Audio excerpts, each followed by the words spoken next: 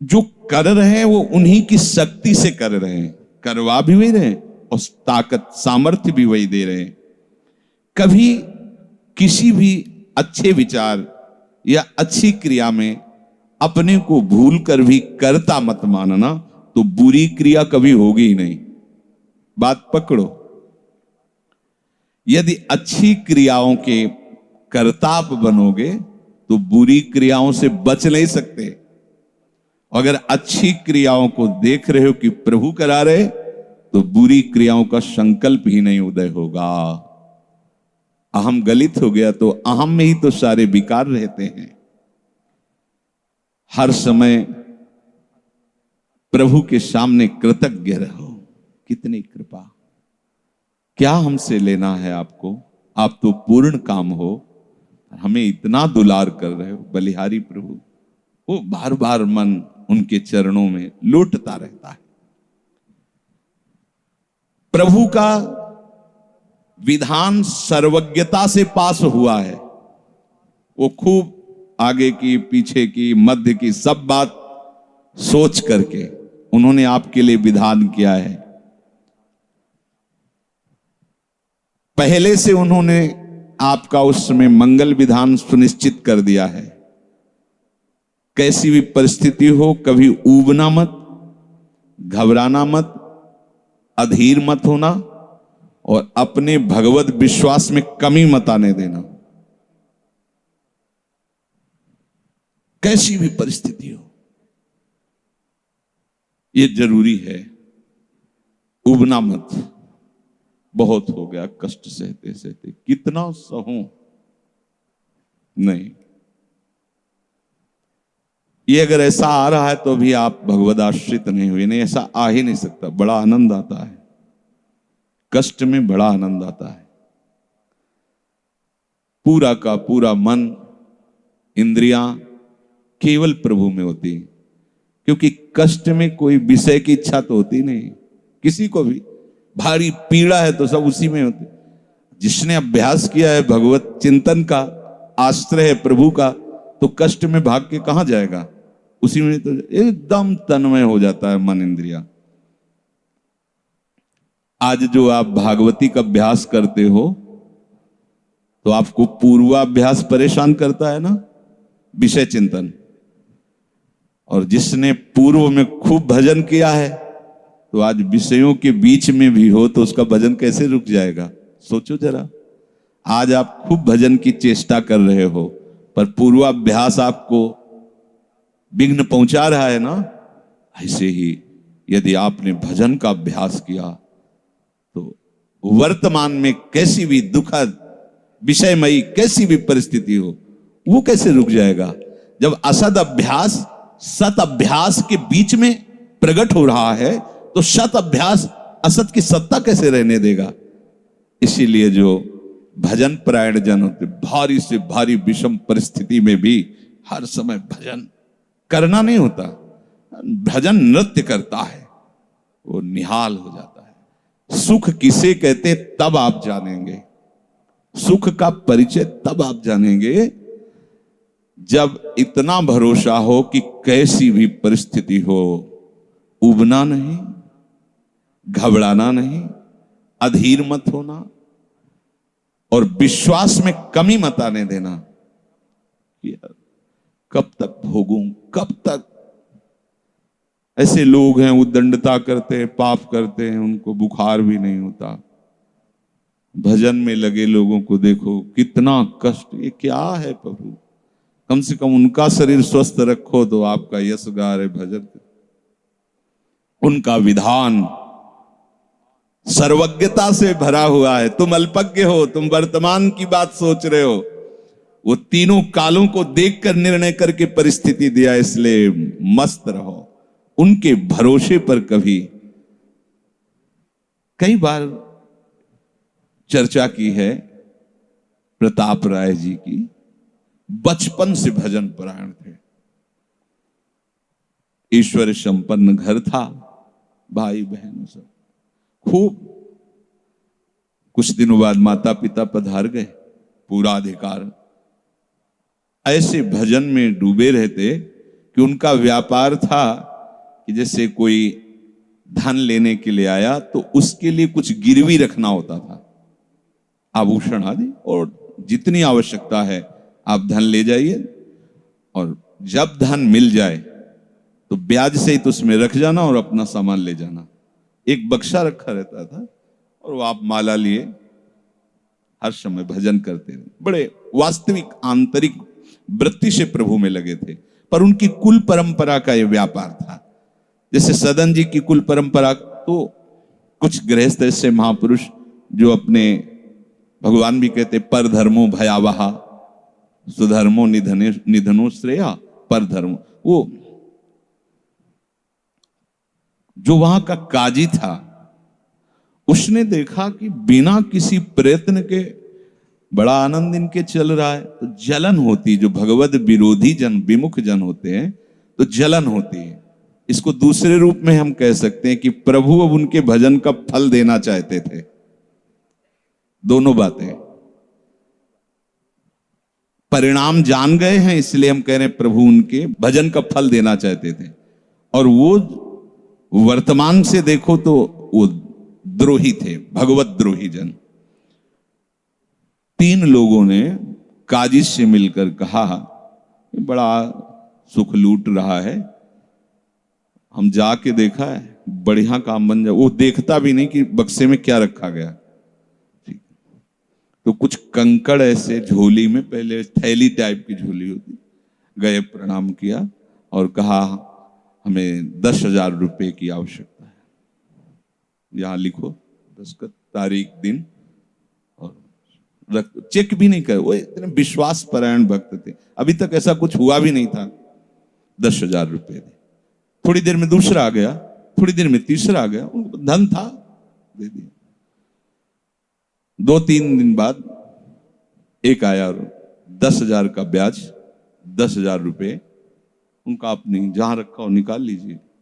थैली निकाली और 2500 लोगों को पहले से काजी ने वहां भेज रखा था, सबके सामने डाला। देखो कितना पाखंडी है, हमारी सोने की सब जो आभूषण थे सब हटा के देखो इसमें पत्थर रख दिया।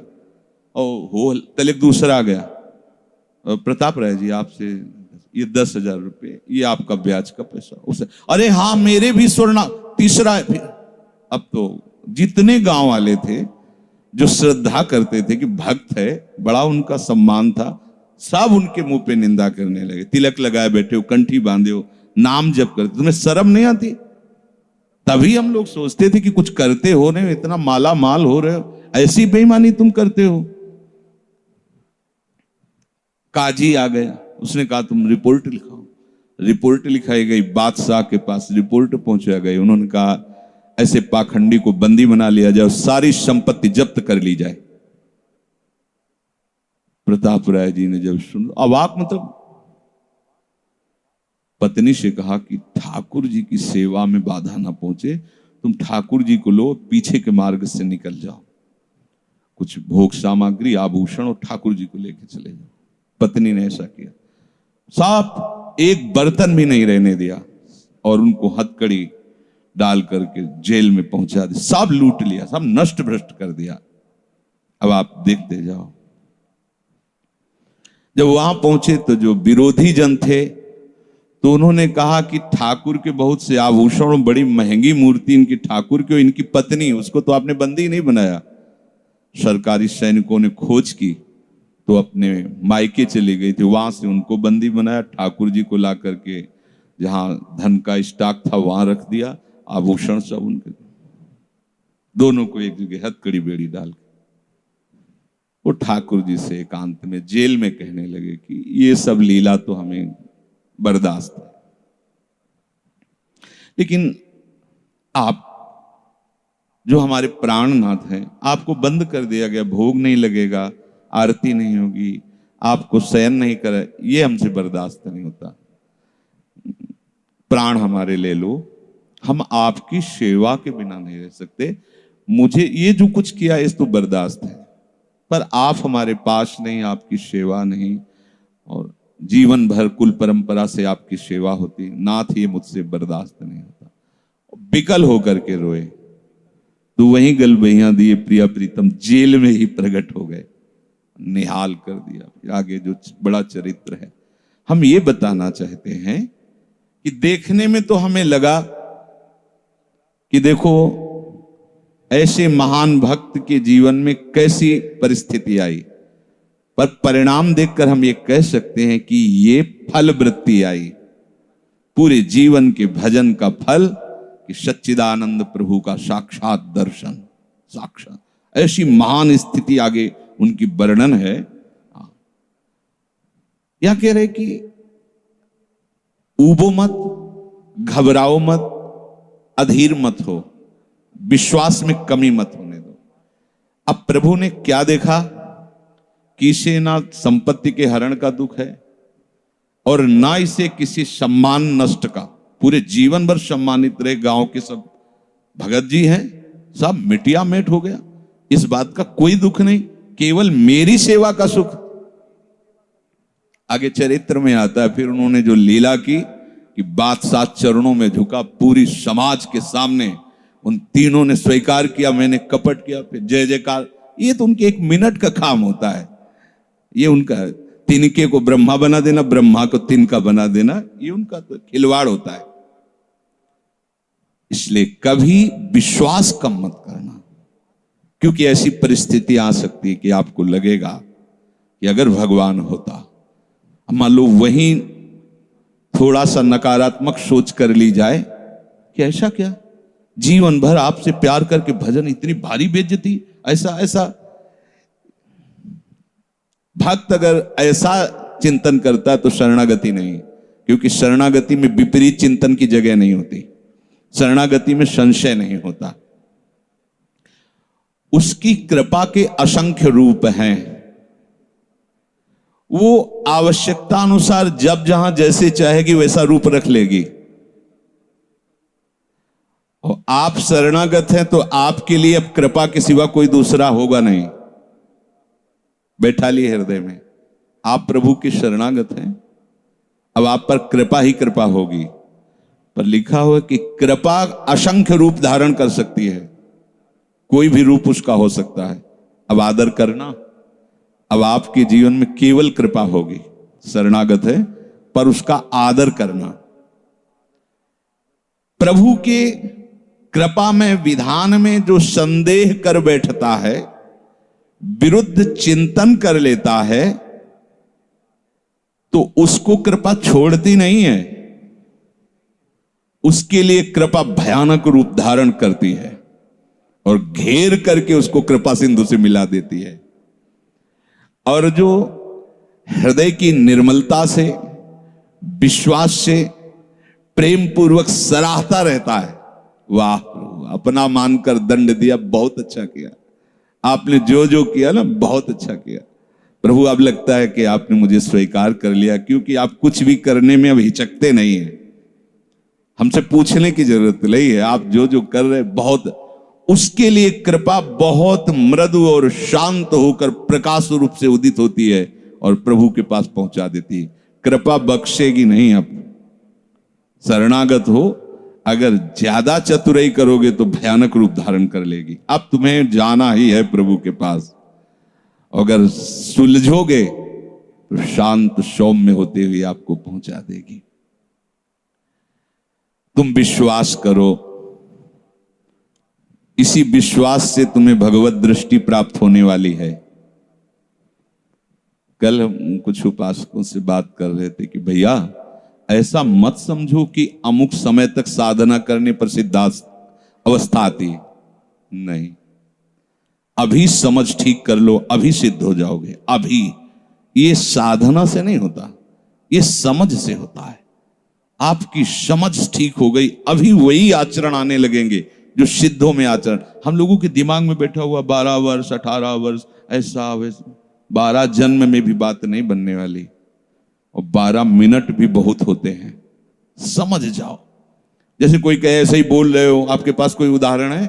भागवत में 11 स्कंद में तितिक्षु ब्राह्मण का चरित्र पढ़ लो, और ये भगवान श्री कृष्णचंद्र जो उद्धव को उसका चरित्र सुना रहे, मतलब उसका यश गान कर रहे हैं। और वो खुद कह रहा है कि मैंने जीवन में कभी कोई साधन भजन की बात जाने तो धर्म नहीं किया। हुआ क्या? कृपा उदित हुई, सर्वनाश का खेल हुआ और उसकी एकदम समझ ठीक हो गई। समझ पढ़ लेना उसकी। जिनके लिए मैंने पूरा जीवन, वो मुझे त्याग रहे। जिस धन को ना मैंने प्रयोग किया ना किसी को करने दिया, उसका अपहरण हो गया। जिस शरीर को मैं माना वो बुढ़ापे में जा रहा है। ये हो क्या रहा है? समझ ठीक हुई, उसी समय वो ऐसी स्थिति का महापुरुष हो गया कि भगवान उसका यशगार। बोलो क्या साधना? समझ। रत्नावती जी ने क्या साधना की? दासी ने जब बताया तो हिमालय में जाके उन्होंने पद्मासन लगा के कोई साधना की क्या? दासी ने बताया कि सबका प्रीतम परम सुंदर करुणामय बिहारी जो है, बस समझ पकड़ लिया बिहारी। और महान सिद्ध। अपने लोग ऐसी धारणा बनाए हुए कि धीरे धीरे विषय छूटेगा, कामनाएं छूटेंगी, इतने वर्ष कम से कम, ऐसा वैसा।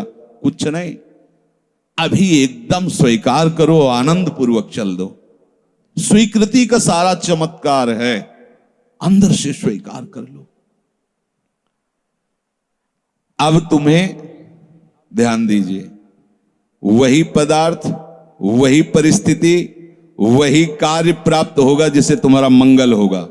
काहे को खोपड़ी लड़ाते हो? कितना आनंद है। वही पदार्थ, जय राधा वल्लभ।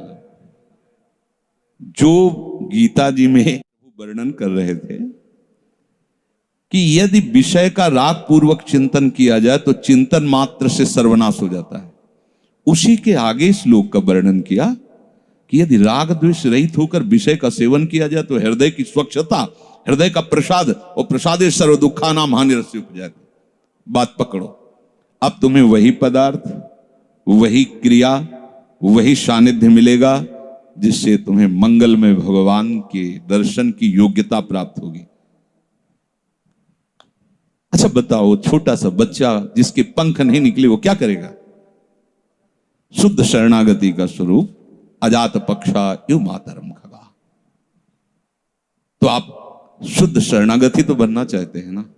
उस बच्चे की योग्यता कितनी है? चे चे करके केवल मां की तरफ देखना, तो राधा राधा बोल के केवल लाडली जी की तरफ देखना। हमारी उस बच्चे पर यदि कोई प्रहार करने के लिए जीव आ रहा है तो माता पिता का कर्तव्य है, उससे तो पंख ही नहीं निकले तो अपना बचाव क्या करेगा? तो काम क्रोध लोभ आदि यदि आप पर आक्रमण कर रहे हैं तो आप बचाव कहां करने लायक हैं? तो आप इधर चे चे करके देखिए, राधा राधा राधा राधा राधा। और सही पूछो, जब ऐसी शरणागति आएगी तो आएंगे ही नहीं। वो भी भगवत प्रेरित आते हैं, भगवत प्रेरित। नहीं, देवर्षि नारद जी के हृदय में कहां काम था? पूरी लीला करके काम हार गया। और जब अहंकार आ गया तो छूट दे दी, तो देख लो क्या हो गया। समझना बस। सारी ये जो परमार्थ का खेल है ये सब समझ का है। आश्रय से जो भगवान कहते हैं कि बुद्धि योगम ददामिते, बस ये बुद्धि योग हो गया कि मस्त हो जाओगे। तेषाम सतति युक्तानाम भजताम प्रीति पूर्वकम ददामि बुद्धि योगम तम। अब जो भी पदार्थ, जो भी क्रिया, जो भी सानिध्य, वो कृपा के द्वारा होगा। अब हमें उसमें न राग करना न द्वेष करना है। और इसका परिणाम क्या बताया? हृदय की स्वच्छता, परम प्रसाद और बुद्धि का भगवान में स्थित हो जाना। अब वो प्रतिकूल हुआ या अनुकूल हुआ? अगर प्रतिकूल हुआ तो आपने सोचा गलत सिद्धांत। अगर ये बात हम ना माने होते तो इससे सावधान रहते तो हमारा होना था। प्रभु का विधान था, उसमें कुछ है, बाद में देख लेना। उसका वो परिणाम होगा जो तुम नहीं निकाल सकते थे। उस प्रतिकूल पदार्थ, वस्तु, व्यक्ति के सानिध्य से वो ठीक हुआ है जो ठीक होना था। प्रभु ने भेजा है। अब तो तुम निश्चिंत हो जाओ, अब भय ना करो। समझना? प्रभु सर्वज्ञ हैं, तुम उनके भरोसे हो गए हो। आप कोई तुम्हारा मंगल कर ही नहीं सकता। बोले काम आता है, क्रोध आता है, गंदी बातें मन में रहती हैं। कहा जाता है जब ये तक हृदय में रहेंगे तब तक तुम्हें भगवत प्राप्ति नहीं होगी। शास्त्रों में खूब खुला वर्णन है, चाहे जहां देख लो। त्रिविधम नरकस्येदम द्वारम नाशन मात्मनः कामः क्रोधा तथा लोभा। तस्मादे त्रयम त्यजेत, काम क्रोध मद लोभ शब नाथ नरक के पंथ। पर इसके बीच की हम एक रहस्यमयी बात आपको बताते हैं।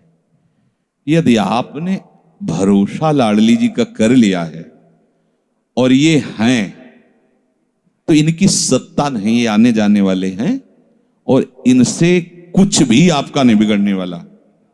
भरोसा इनका, ये तर्क वितर्क की बातें नहीं है, ये श्रद्धा विश्वास की बातें हैं। और धीरे धीरे एक दिन आप महात्मा बन जाओगे। देख लेना, विश्वास करना।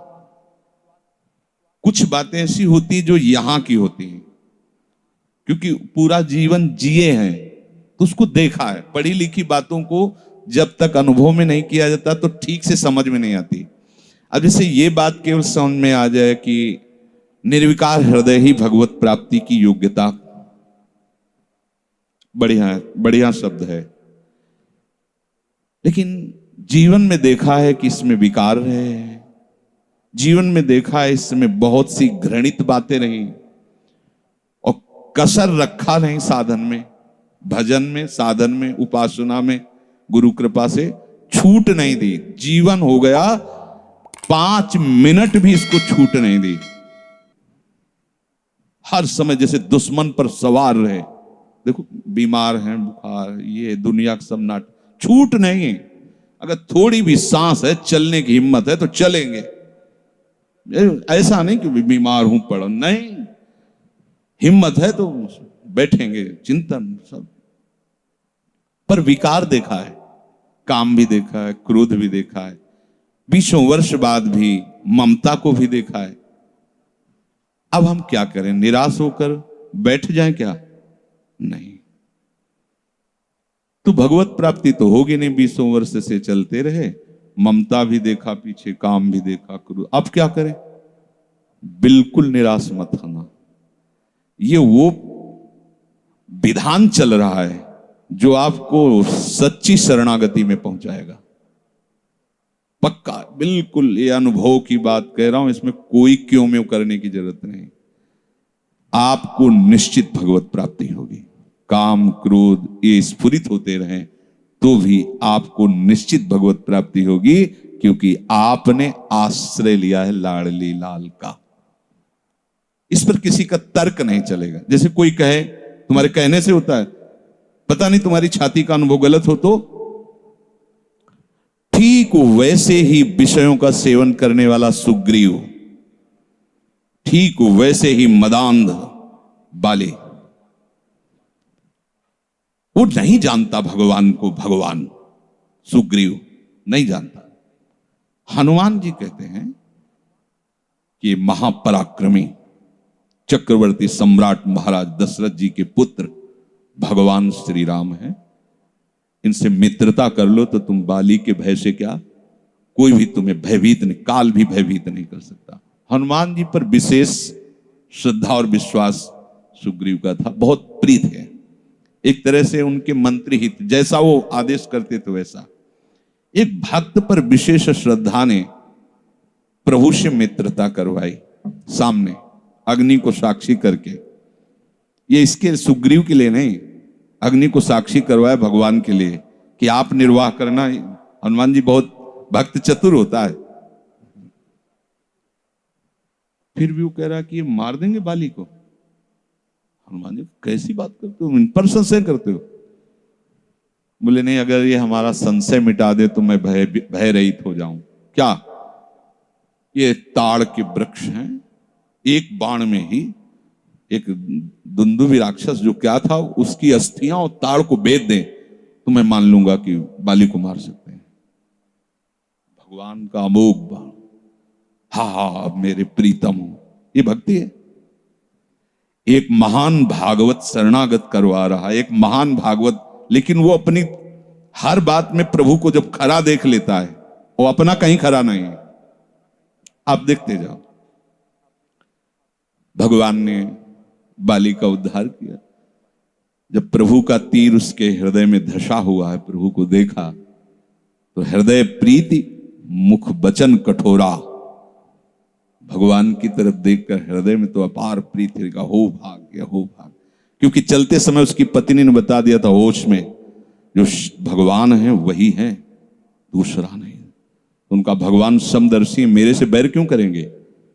कोई सुग्रीव इतना बड़ा भगत तो है नहीं, बचपन से जाने, दोनों भाई हैं, दोनों एक जैसे हैं, तो मैं बैरी हूं और वो प्यारा हो, ऐसा क्यों हो सकता है? वो तो समदर्शी है। जब भगवान ने बाण मारा तो यही प्रश्न किया, बोला चितई राम की ओरा, हृदय प्रीति मुख बचन कठोरा, बोला चितई मैं बैरी सुग्रीव प्यारा, कारण कवन। शब्द देखो, नाथ मैं मारा, मैं भी तो आपका हूं। नाथ शब्द दासत्व से, मैं भी तो आपका हूं, प्रभु मुझे मारा और इसको आपने प्यार किया, क्या खास बात थी? तो भगवान ने यही बताया कि तुमने सुन रखा था कि मेरी शरण में आ गया है, बस। अब आप देखो क्या नहीं है सुग्रीव के पास। और आगे उसी चरित्र के सर्वज्ञ लेखक गोस्वामी श्री तुलसीदास जी लिखते हैं कि जेहि अग बधेउ व्याध जिमि बाली, सोई सुकंठ पुण्य कीन कुचाली। कुचाली शब्द, वही कुचाल की। इसकी व्याख्या नहीं करनी है, केवल समझना है। महाभागवत परम बंदनी विभीषण जी, सोई करतूती विभीषण केरी, सपन हो राम तिंत जन अवगुण प्रभु मान न काऊ, दीन बंधु अति मृदुल स्वभाव, रहत न प्रभु चित चूक किए की, करत सुरत सैबार ये की। इसने मुझे अपना माना बस। और ये तो हरि का स्वभाव वर्णन किया। और लाडली जो हरि के वात्सल्य समुद्र की सार, वात्सल्य समुद्र सार। यहां तो नेक हो न रिसको भूल हो न हो सके। ये कभी हृदय में सोचना कि मेरा हृदय विकारी है, तो पहली गलती तो आपने हृदयेश्वर के नाम ही हृदय नहीं किया। और दूसरी बात, अब मुझे परवाह क्या है?